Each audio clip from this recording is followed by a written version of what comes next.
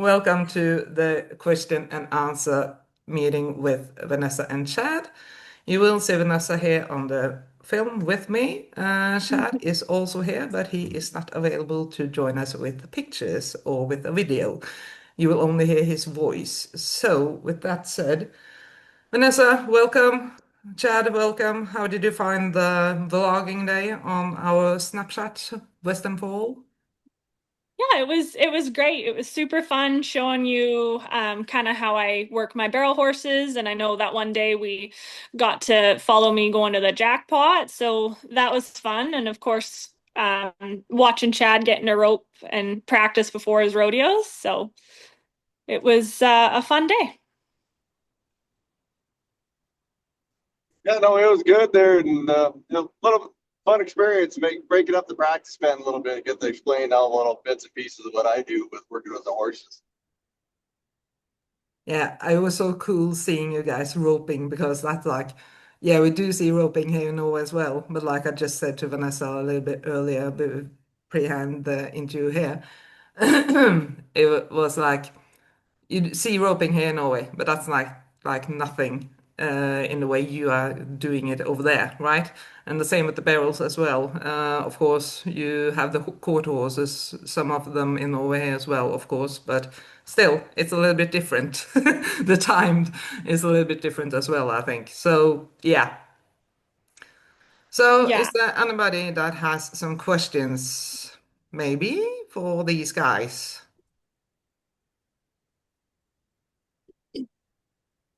Thea, Heidi, do you have any questions? Nope, not that this far. Okay, then. So then I will begin with the questions.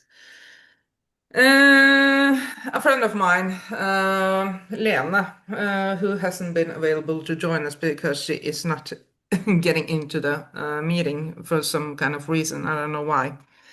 She is wondering a little bit about the youth horse, young horses. What, why, how, maybe more what and how uh, to do a cult or to introduce a cult for timed events like barrels and roping, keyhole races, pole bending, things like that. How would you guys do that? We that's kind of what I specialize in is futurity horses. So, our futurity age here is 4-year-olds. Most of the time in the States, you'll see people run them as 4-year-olds. But in Canada here, we usually hold them over as 5-year-olds. So that's actually kind of what I mostly do. We like to start our horses as 2-year-olds. So we usually only put 30 to 60 days on them as a 2-year-old. And then I like to turn mine out for the winter and let them kind of finish growing. As 3-year-olds, we'll bring them back. I will slowly introduce them the pattern. I think that it's smart. It's beneficial to show a horse a little bit of pressure from a young age so they can learn to handle the pressure. Sometimes I think that if you baby a horse too much, you can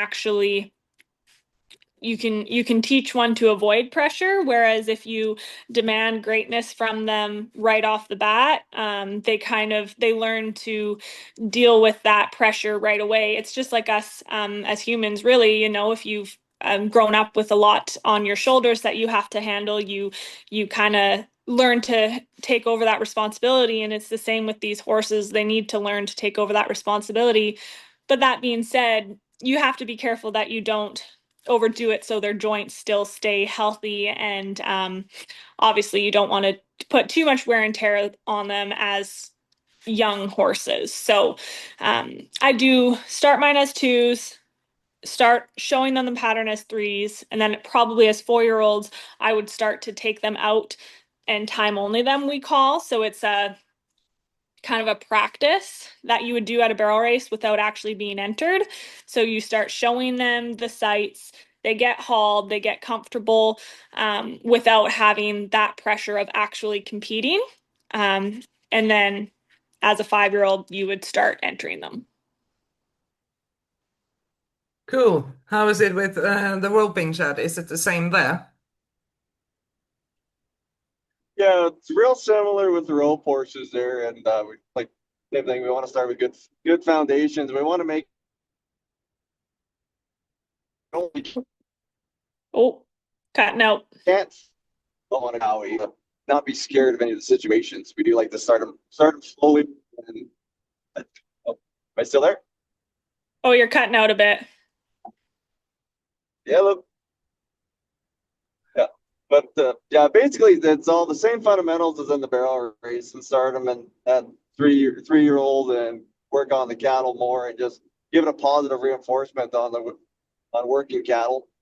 You definitely don't want them to be scared right off the bat. You want them to enjoy getting in there and enjoying their job, and they'll just make life so much easier. And then start showing them, yeah, as a 4 year old and competing on as a 5 year old is the same as practice pens and some lighter, smaller jackpots, less crowds, and get them used to everything over time. So and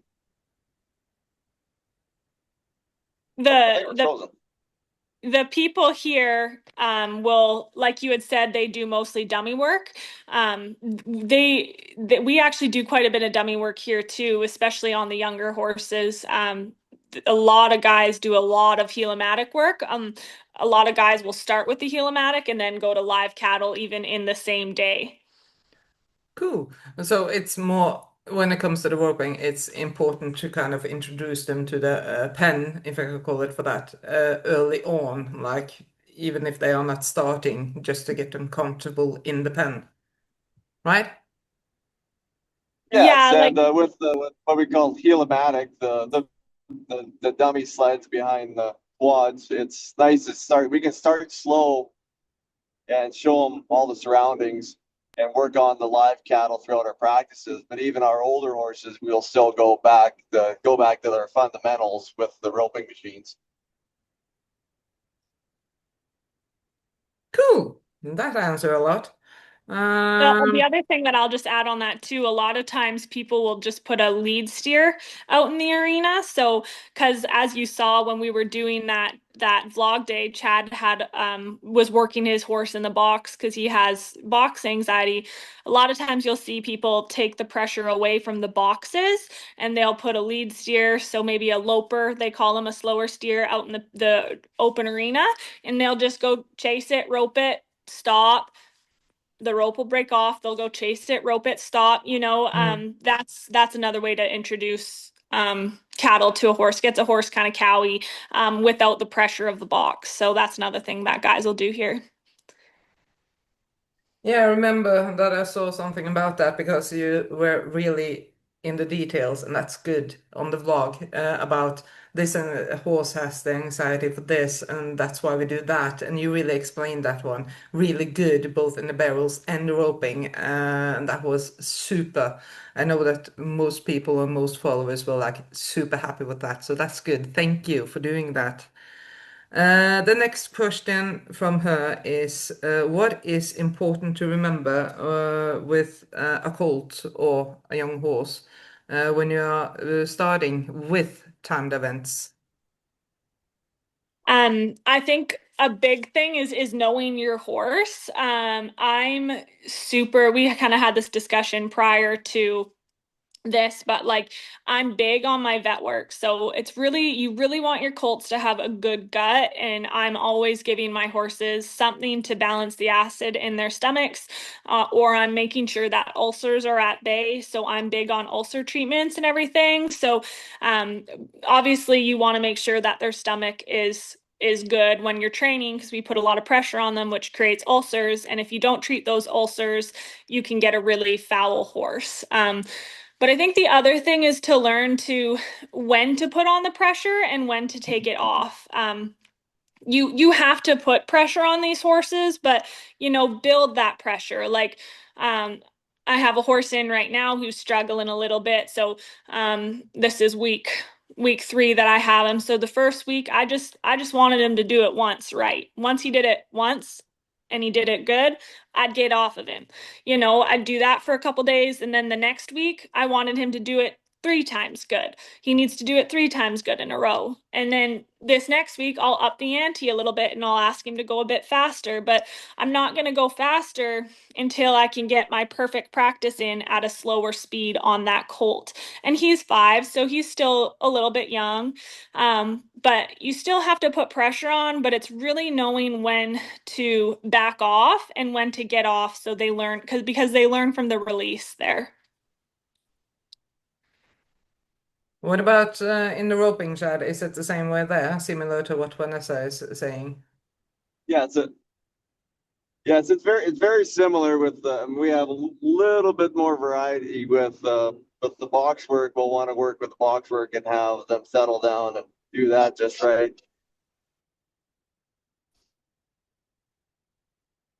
And the main and if we a lot of noises in the truck at the moment, but yeah, like we can get them to go up the position on the cattle properly. We want to start with that and just kind of work on that the one day and slowly have 1 or 2, 3 good runs, and that will work. I'm sorry, phones are calling, but and then we'll want to rope our steers in position, and we'll want to pick them up, and we'll just go step by step slowly to make everything come together and to have those good practices, and we'll just take our time and just work on 1 or 2 things every practice until everything can start coming together, and then when we develop issues later on, we just go back to our fundamentals. I think one of the cool things is very rarely will Chad rope to practice for himself. A lot of times, even though rodeo is about roping right out of the box as fast as you can, most of those times he's working on his horse. So he's going to tell his healer, hey, I'm going to rope him and I'm going to ride up beside that steer 5 or 6 strides before I'm actually going to dally and set him up to go across the corner for you to heel. Because again, that's just teaching a horse, kind of like you say, how do you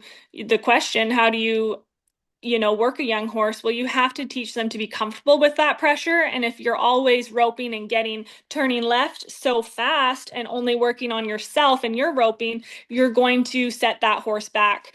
You're going to teach it bad habits. You're going to teach it to kind of cheat the corner there. So a lot of times when he's roping for these horses. He's not roping for himself. So that means roping and riding to the end of the arena, even though in a jackpot, that's not what you would want. In turn, you're actually teaching that horse how to do it properly and how to wait for that cue. Cool, that's a good explanation. Now, I see Thea has written in the chat, when do you consider a 2-year-old ready to start on the saddle, like conformation, mentally, and in the groundwork? Do you have any boxes they have to check before getting on them? So that's a really good question. It kind of it change. I mean, I have a kind of a broad. My 2-year-olds get started at some point. If they're big, if they're tall, if they're built thicker, I'm more inclined to send them in the spring as a 2-year-old. Then I can kind of ride them a little bit in the summer, and then they can get turned out. But if I have a smaller one right now, and she's just a little fine. And I sent her to my colt starter actually about a month ago. So we waited just a little bit longer. And he rode her and he said, hey, Ness, he goes, turn her out. Don't ride her. He said, maybe ride her once just to get a feel for her. He goes, turn her out. She needs to grow. She's not strong enough. Her bones, her joints, everything needs to grow. So we took that into consideration with this 2-year-old. Turned her out and left her. But a lot of people will start with baseline x-rays for their knees. They want to make sure their knees are good before they go and start them. I don't necessarily, because I don't have my horses started hard as a 2-year-old. We don't show them as 2s or 3s. They wait a little bit. And I always get my horses vetted as 3 and 4-year-olds anyways. So as 2s, I kind of just see if I even like their mind. And then we go from there. But it is very common for people to x-ray knees prior to sending them away. And depending on their size and their bone structure, just seeing how big they are, I'll either send them away, early spring, or I'll wait for them to grow a little bit. Is the same for roping, Chad? Is it the same there, like Vanessa said? Yeah, it's very similar on on the roping side, and the size is the same, and but the size of the animal, we're normally one of our larger quarter horses for the head side, and more of our slender, smaller horses on the heel side, just for Bad connection. But to add Yeah. to that, to add to that, while he's the amount of work breaking, that they'll be doing. Runs. you're breaking up bad, Chad. Um, to add Yeah. to that for him, the biggest thing as rope horses is they won't tie off on anything as 2 or 3 year olds because it's just too dangerous for their bone structure. Like they're not gonna go rope on a 2 year old or a 3 year old very often. I mean, a 3 year old, yeah, they're gonna maybe go to smaller steers, but you're cautious as to what you're actually tying, dallying off on because you can't put a 2 year old and expect it to pull a full size steer, right? You're just more cautious with that. So more dummy work versus actual live cattle work on that. But is that all due to the bones, to the legs, because of Yeah. the joints in the legs? Legs and backs. We're big on backs here, actually. Kissing spine. I don't know if you guys have heard of kissing spine, but kissing spine has kind of become big here lately, probably the last 5 years or so. It's become pretty big. So I've been fairly lucky. I haven't dealt with many cases. I think so I do know though it's something that you're obviously aware of because you don't want to affect a horse's structure or make them back sore because that's hard to sell, obviously. But why is the kissing spine so normal, if I can say it like that, to see over there? Is that due to the competition or due to the toll or the weight that the back takes because of the sport, because of the reining or because of the barrels? Where do you see them in the most common, if you know what I mean? Where is it most common to see them? In which sport? It's pretty common in either sport. It's interesting because I think everyone has an opinion on it, obviously. Some people are terrified of it, won't buy a horse with it, and other people won't even think twice, right? I do think it can be kind of man-made. I think that if you have an ill-fitting saddle, obviously you can make a horse back sore. If you aren't riding them with proper collection, where their back isn't actually rounded and they're not lifting, I don't think that helps the case at all. Um, but I kind of feel like kissing spine has probably been around for ages, longer than we know. But as we kind of delve into more vet work to get these horses to perform to the upper level, we start finding these things that we can actually help them feel better because, arena records get broke every single year. So there's a reason why these horses are getting faster and faster, and it's just finding kind of more. I do believe it's the vets finding areas where we can help these athletes perform better, obviously, and it just might have been something that we never looked at years ago, and now all of a sudden, proper saddle fit and proper fitness and getting x-rays done on your horses is a game changer. So I don't think it's new necessarily. I just think it's something that people are more willing to x-ray and look into and treat because they know it's effective to get a horse to work better. But you said a little bit about the vet check early on in a previous conversation between you and me. You have like, what did you say, 4 vet checks? Is that a week or what was that? And why do you No, have it so often? So that's a really good question. My horses probably get checked 3 to 4 times a year minimum. I have a friend staying here right now who has made the national finals rodeo, and her horses, they get checked probably every month, and it's so important. So I think that it's nice to know a starting point, a reference point as to even if your horse is feeling good, hey, how do they flex? How do my hocks? Like how are my hocks on a flexion test? How are my stifles?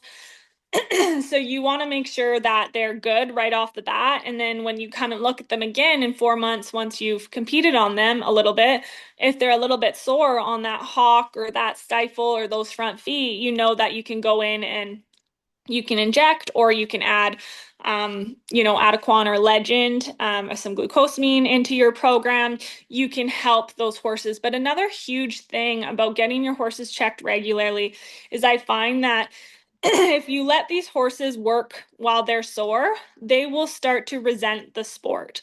They won't want to work. Similar to Chad's horse that, he's not bad, he's got more anxiety, but I mean, if that horse had something that was pain driven, he wouldn't want to go into that box any more than he doesn't right now, like it's gonna affect them. And these barrel horses, they're gonna start bowing off turns, they're gonna refuse the alley if they've got pain that has been missed. So I want to prevent that from happening. So I want my vet to catch that before it becomes a big deal. I never want my horses to work through an extreme amount of pain. Yes, they need to try, but at the end of the day, I don't expect my horse to go make 10 runs in a row when they're sore because I don't think I could do it.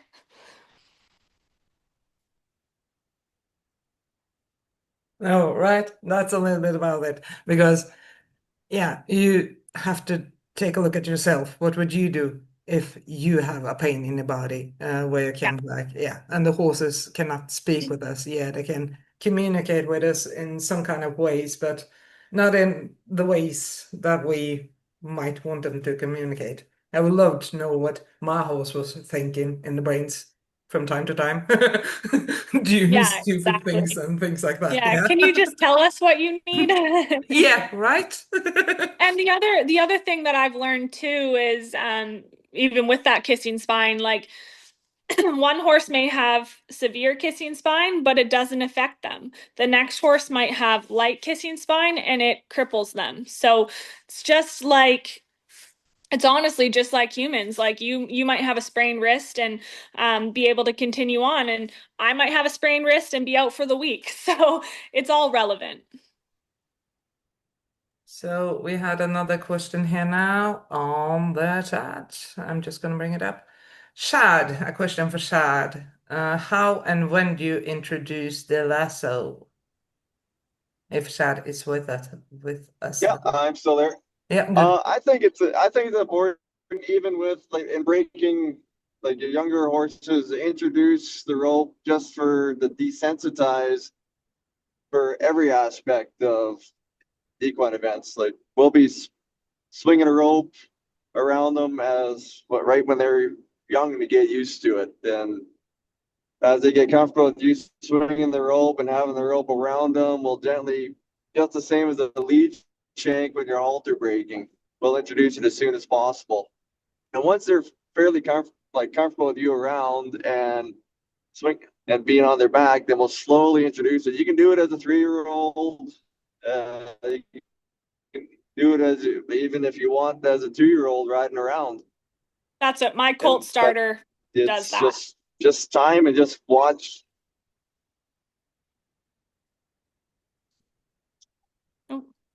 Um, might have lost him again, but he's right. Like as young as you can, just like the lead rope, like with halter breaking one, we do start right away. Like I know my Colt starter, when he's round penning mine, he'll have a rope, he'll get them rope broke, he'll rope their feet, not pull it tight, but he'll sit there, rope their feet, rope their front foot, swing it around them when they're in the round pen, just so they get desensitized to it, just like Chad said. So yeah, as honestly as young as 2-year-olds that they'll start introducing that rope maybe on the ground, but then as 3-year-olds you can go ahead and start roping off them and slowly showing that off on top of a horse. Cool. Well, So, I'm back here now, and like, even with the barrel horses, I'm constantly swinging a rope and just roping dummy around Vanessa and her barrel horses too, and just it just helps everything.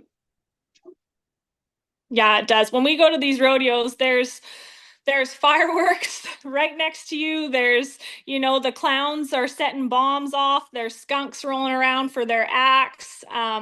The other day I was actually at a barrel race that was having a rodeo and they had fighter jet planes come right down. Like it shook the floor. The ground was shaking. That's how low they were. So I feel like introducing a rope as 2-year-olds is the least we can do to prep them for the things that they're about to see as rodeo horses. really, a jet plane that low. Oh, it shook. Yeah, it shook the ground. Yeah. My So God, that's that's low. I should have taken a video of it, but I had all 5-year-olds, so I was more preoccupied making sure nothing was going to kill themselves. Strange enough. Yeah, I'm like, oh, it went well. So another question then. Some people want to know a little bit about the rules in timed events in the United States or in Canada as well.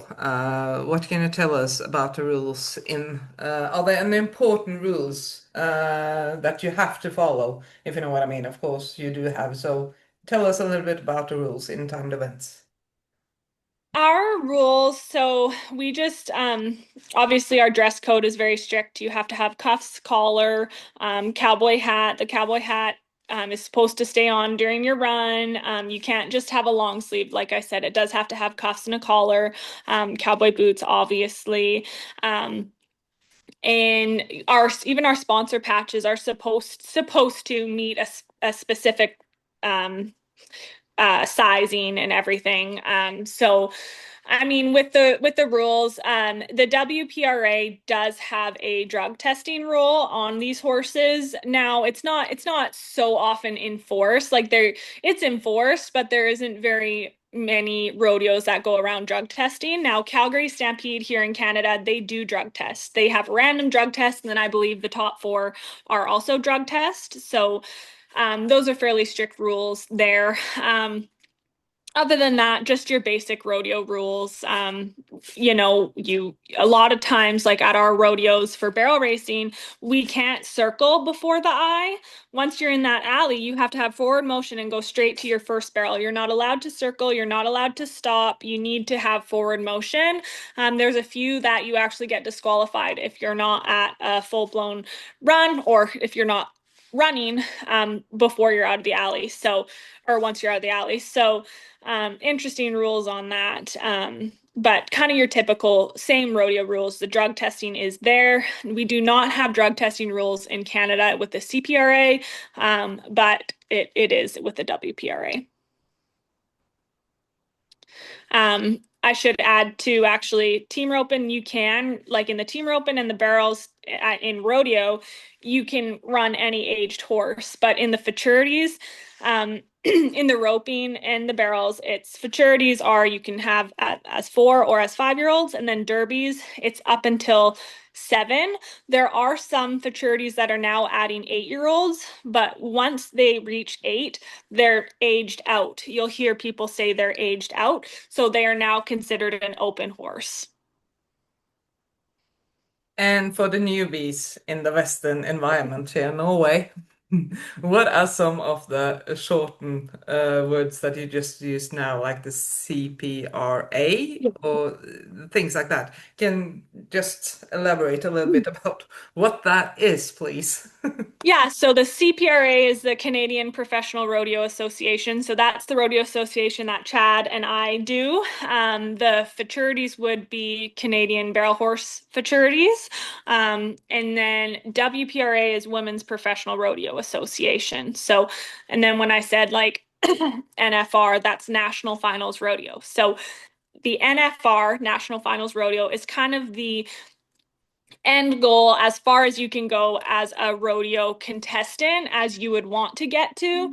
And then with the CPRA, our finals is called the CFR, so Canadian Finals Rodeo. And that's about as far as you can get in Canada to win Canada, obviously. Cool. Thank you for clarifying that one. We did have another question here now.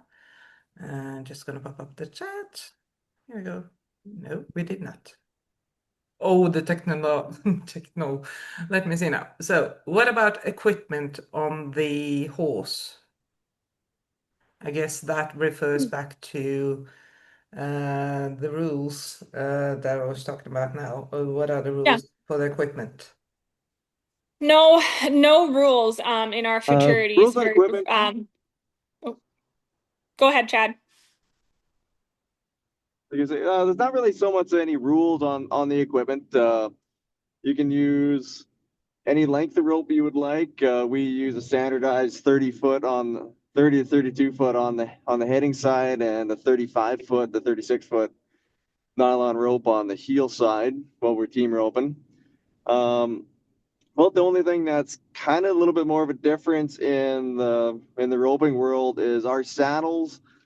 Our horns on they're a little bit are quite a bit thicker on than say a barrel tree and a barrel saddle or a cutting or a pleasure saddle. They're built more to be able to take the workload of pulling the animals. That's about the only equipment change that we would have. Yeah, and in the barrels, like oftentimes I know I've worked for a cow horse trainer and they'd have the snaffle bit and where you'd have to enter a horse in certain classes and they could only have a snaffle and whatnot, or a hackamore. But now in the barrels and the roping, you can choose what kind of bit you want to use. You can use what kind of saddle you want to use in the barrels. If I wanted to use a team roping saddle, I could. So there's not so many rules on that. The biggest thing is age of horses.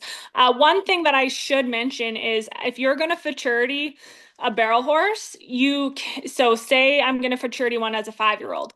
You can enter that horse November of their 4-year-old year. So um, come November, my 5-year-olds next year could start entering this year. I cannot enter them in anything prior to that. I can take them in time only at the most. I cannot enter them in a barrel race. I cannot enter them in a gymkhana. I can enter them in a roping or pole bending at a gymkhana, but I cannot do any kind of competition on the barrels prior to November of their before their futurity year. If I was to do that, that would eliminate their futurity year. They would not be eligible. That So, that was more okay. on the rules, but Yeah, that's good. That's good. But the horses count like 1 year older from the 1st of January, right? For you guys as yeah, well. 1st of January. Yeah, like I have 2020 horses right now as my 5-year-old futurity horses. So for the first time, I entered them last November 15th. For the first time is when they were eligible to actually enter legally. Cool. Thank you. Another question popped up in the chat. Are you allowed to do roping and timed events in a hack or a bow sole? Yes, we have no rules on the mouthpiece, the bit, and the horse that we use. Actually, I will actually use a hackamore quite regularly uh, when I just need to change things up. If I find my horse wants to run a little tight, there's quite often I will use a hackamore, and then the horses will like to run a little freer and give me a little bit more room between the steer and myself. So it's a hackamore is actually a very useful tool for us in the roping.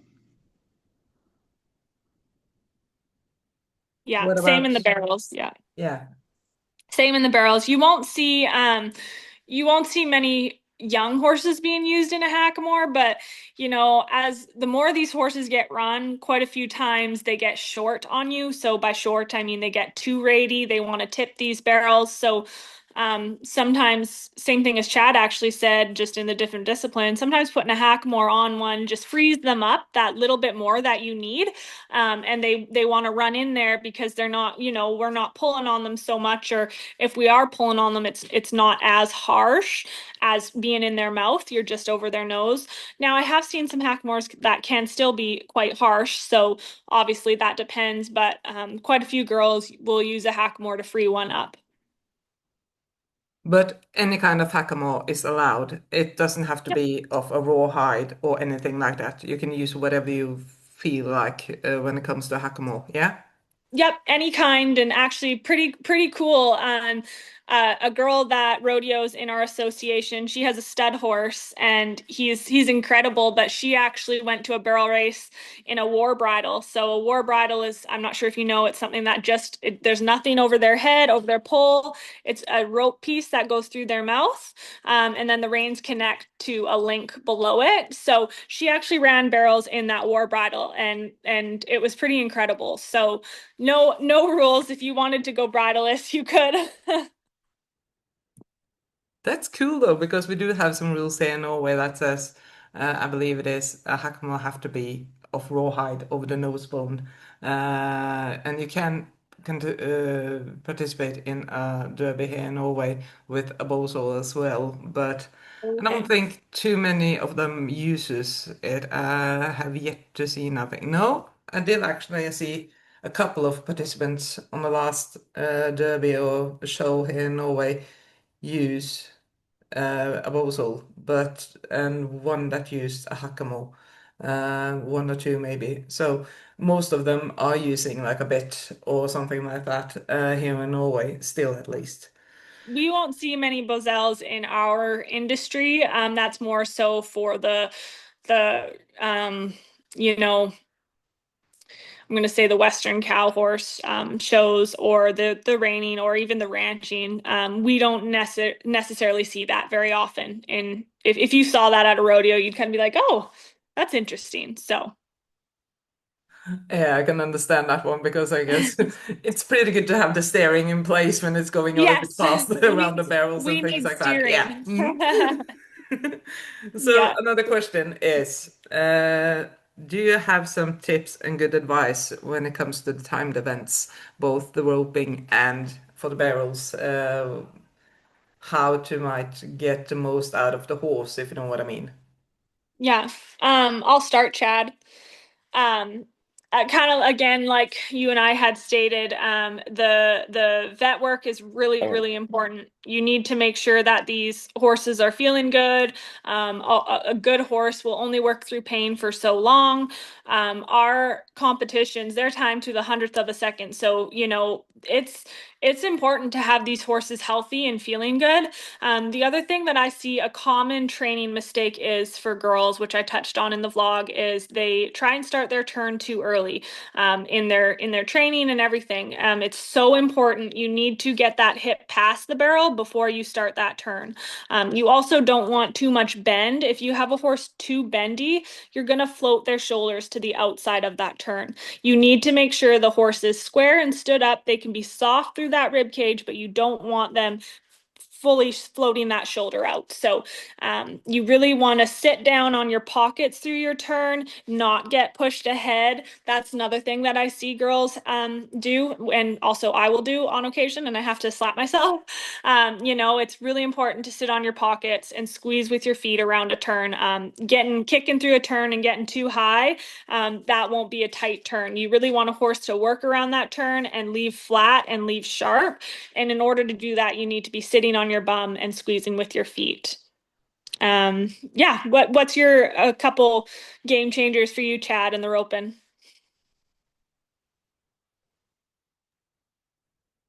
Hi.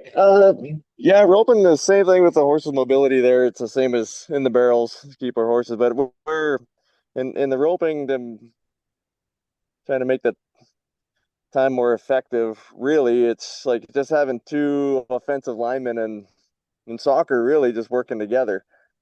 So when you definitely want your head horse to be able to pick up the steer and make that set the play up so that you can have a more controlled handle in a square corner for your heeler to be able to come around and have a shot first available. Yeah, and you were saying that kind of But same every thing is like we healer want likes them a to be different. the horses to be controlled. Mhm. Like we want them to be able to use their body and have and square back to, but also want it to be feely and bendy. And you were saying that healers like a different handle sometimes, so it's big on knowing what your healer likes to rope, right? Yes, and definitely on like, even if we're gonna go be rodeoing and be really going at the try and shoot to be, the short 4 seconds, or if we're in a jackpot scenario or a practice pen where you're going to be a 7 or even a 10, you want to know what your healer likes. Everybody has a different way of setting up how they want to have their angle. Some guys want the very square, sharp corners so that they can just be very aggressive and roll in, where other people, like our more elderly competitors there, they would like more controlled so they can just ease and have a nice soft rounded corner so they can come in and have a good look at the steer. The other thing Chad will do too before he ropes every single time at a rodeo, he'll rope the dummy. So he'll always make sure he's roping sharp off his horse before he goes and ropes on his horse at a rodeo. So that dummy work is just as important to rope for yourself. Make sure your tip is where you want it. Make sure your rope feels good prior to getting on your horse. Yeah, like Vanessa said there, like we definitely, you'll see all of us at rodeos all have our dummies, and we'll be working on certain things and weather conditions with the ropes that we use. We all pack normally between 4 and 8 ropes with us at any given time. Mostly we'll have a certain brand that we all prefer, but we'll have different varieties of that rope for weather changes. There'll be different weights, different materials to handle humidity, heat, and those kind of factors. Yeah. Cool. So kind of a warm up for the person with the roping. That's good though. That's really cool. Hedda is wondering, I guess this one is for you, Vanessa. Would you show a video while explaining? It's a little hard to follow. I guess that comes with the bending in the barrels and things like that. Do you have the opportunity to show a video while you are Um, explaining? I don't know how to do it on the phone right now. I can send you one after for sure. I can send you a video kind of explaining that, but I don't know if the vlog's saved, but there was a couple in the vlog that I did where the biggest thing is like say your barrel is here, you don't want to turn your horse's nose into it. You almost The biggest thing that helps me is thinking of it as a square, not a circle. So your square, you've got 4 points around that barrel. You cannot start that turn until your horse's hip is past that barrel. Then you could think of it as, okay, here's the barrel. I'm going into it. My hip is past it, going to go this way, going to go past it. My hip is past it. Now I'm going to go this way. So you're almost, the best thing I heard one day as a trainer say, think of it like they're on a train track. You want them to be on a track, not just floating around in a circle. So get their hip past that barrel. Once their hip is past that barrel, you can turn them to start that next corner of that barrel. Once their hip is past that corner of that barrel, you can turn them again to hit the next corner. So hopefully that makes a little bit more sense. I can definitely send a video. I just don't know how to do it on here right now. But I can get a video sent and explain it. The best thing you can do too, you guys, is walk the pattern. I've learned this so much recently. It's so nice to have my friend staying here. She's awesome, but she's at the top level, and she's always saying you cannot walk enough of a pattern, like walk the perfect pattern 100 times in a day. That will help. So I'm always thinking like get to my points. Don't just turn them tight around that barrel. Just to be tight, it's strategic. You have to give them that room, get their hip past it, turn it, get their hip past it, turn it, get their hip past it, and then go.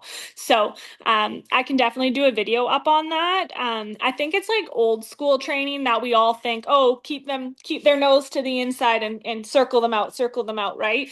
But realistically, that's not fast because when you have a horse's nose right here, they end up loading this inside front. They put all the pressure onto this inside front foot. And it's so important. You need a horse on their hind end in order to be fast and efficient around a barrel. If they load all their weight onto this front foot, you're going to have horses that will fall. You're going to have horses that will be slow because they're not using their body as efficiently as they can as if they were on their hind end. You want their front feet to be soft and elevated and pulling through that turn. But if they're stuck on their front end, they're going to be heavy and they're going to be slow around a turn. I see. I hope that explains a little bit for you, Hedda. And yeah, you can send me a video, but I do Yeah, believe that the videos from the Snap or from the vlog day is safe on the Snap actually. So I yeah, can go through them and see. But yeah, anyway, just send me one, please, and I for can sure. send it for Hedda as well. Mhm. Uh, and then we had another question, and that is everything within the practice is also really interesting. So, how often do you practice? If I can Mhm. ask that, how often do you train Absolutely. on the roping and on the barrels? Do you train anything else? Are you hiking a lot, or are you just training, yeah, dead on the barrels, on the roping, if you know what I mean? Yeah, I'll start. I will ride my horses at least 5 days a week, 5 to 6 days a week. If I'm gonna have a long hauling week, like they'll get maybe rode 4 days because they're gonna get rode on the weekend or whatever. But it's important to me to have your horses rest, but I also want my horses in tip-top shape. So a lot of you'll hear people say, "Oh, you'll blow them up if you work the pattern too much." I don't necessarily believe that. I think if you have the wrong pressure and release, you can blow one up, but I truly feel if you have your pressure and release proper, you can't blow one up. So I will do barrels quite a bit. I will probably do barrels 5 out of the 6 days I ride them. Maybe one day I'll go. Yesterday I had a long trot day, and I just let them move out free, practice big circles off the pattern. 90% of the time I'm going to work them on the barrels. I think a big thing people forget is it's not just training their minds and training their feet, but like we also have to train their tendon, like we want their tendons and their soft tissue, like everything needs to be fit and trained to what you're going to compete them at. I think injury happens when we think we have a horse fit, but they're not actually, that horse hasn't been made to do those small circles consistently. So all of a sudden you take them to a jackpot and you want them to do those small circles and they haven't done that all week. Well, they're going to hurt themselves. It's just like us. If you told me to go run 10K today, it wouldn't happen. So, or if you told me to do a backflip, it wouldn't happen. But if I practiced all week, I could get it together to do that. So that's one thing I think people forget is you need to train these horses not just for their minds and for the training purpose, but their body needs to be adjusted in order to handle the pressure when we take them away from home and we go fast. Are you with us, Chad?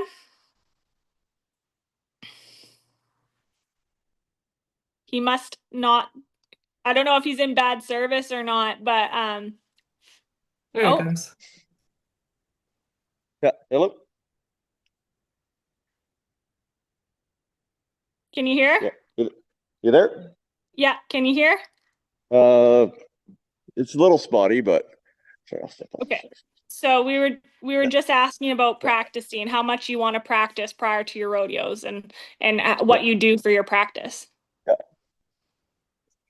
For my practices, it's definitely we want to work on little aspects depending on how the rodeos went on the weekend before. I like to keep my horses in good shape. It's definitely a good balance between rest and recovery and exercise the go. So I try and when I get back from a weekend, just from travel, I like to give my horses at least 24 to 36 hours off, and then keep the light exercise going. And lots of weeks, it's depending on how much we're home. Like some days we're going to be practicing 3 to 4 times a week. Some days it might only be once or twice a week. It's all time availability, but try and keep everything in shape.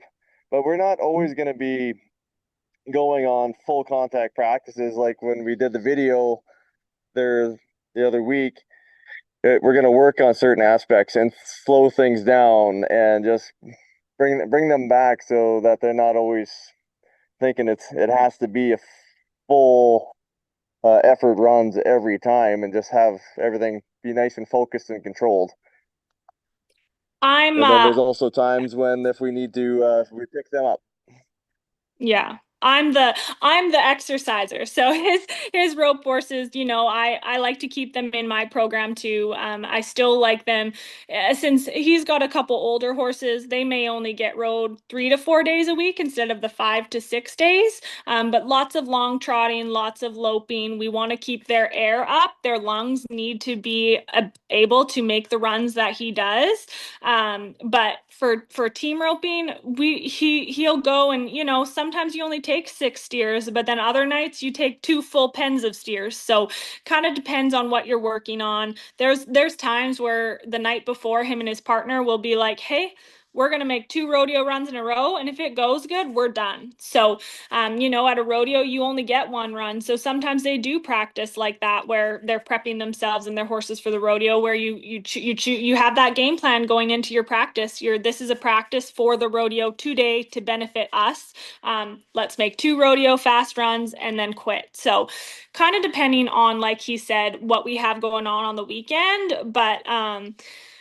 But yeah, the biggest thing that I have learned is you have to have your horse's lungs and your horse's muscles trained to it. I mean, Chad's got one head horse right now that's 26 years old, and he did just get a small injury that he's been battling for a couple years now. But the vet this spring, when he looked at him, he said this horse is aging like fine wine. He's 26 years old and he was still hauling to the rodeos. And funny enough, he's actually my lesson horse for a little girl that I have who's 12 years old, and she just loves him. So that's one thing is a lot of people think these horses are done at 18. That's not true. If you take good care of them and keep the vet work up, like Chad has, he's 26 years old and he's still going. So it's it's all about fitness and taking care of your vet work at keeping these horses healthy and wanting to do their job. Then I do have another question now. You have these patches over the noses Yes. that you showed, right? Do you Yes. also use them while you're only training, or do you only use them for the competitions? And is it the same? Do you use the patches in the roping as well, or only during the barrels or things like that? They're more geared towards the barrels. I haven't seen my friends have actually developed the EquiBreathe company, so it's awesome. It's a great product. They've said that it can be used in the roping as well. You don't see it as much because it's not as common for a bleeder to be in the roping industry. But us in the barrels, we do actually, they say 70 to 80% of horses will bleed through their lungs at some point in their career. So those are called EquiBreathe patches, which I would love to maybe hook you up with them, and you can connect with them. They're not very expensive. I want to say they are under $10 a strip. And you can, if you have a subscription, you can get them as cheap as like $3 a strip. But what they do is they're designed to hold their nostrils open. So it helps that airflow so a horse doesn't get clogged through their nose so they can breathe better. I do not use them when I'm practicing because to be honest, I will work a horse small, I will high low, but very rarely do I do full contact runs at home. I save that for when I'm at the barrel races and the rodeos. So I don't necessarily use them at home, but I do use them probably every single time I run. And it's a cheap way to help your horse feel the best that they can. Um, and it's a great product, and I'd love to actually get you guys some to try. But I really do find it helps my barrel horses, especially when it's just so hot in the winter, like and they get breathing, just helps support that structure, stay open, and get enough air to the lungs to help them run. And in our sport, it's all about having that lung capacity, you know. So every little bit helps. Is it consistent of all natural products in that plaster, in that Yeah, strip? yeah, it's literally like medical grade glue that is connected, and it's got it's a cloverleaf shape. And the two pieces of strips are supposed to sit just 2 fingers above the nostril. And what that does, that just helps that soft nostril just stay open for those horses to have that better airway capacity. So it's just medical grade glue, everything, and it comes off fine. It's water soluble. So if you wanted to, take a wet microfiber cloth and just put it on, it'll just slide right off. But I find that I can just take them off after just quick peel, and they're good. Cool. So, do you guys that's on here with us, do you have any other questions for Vanessa or Chad?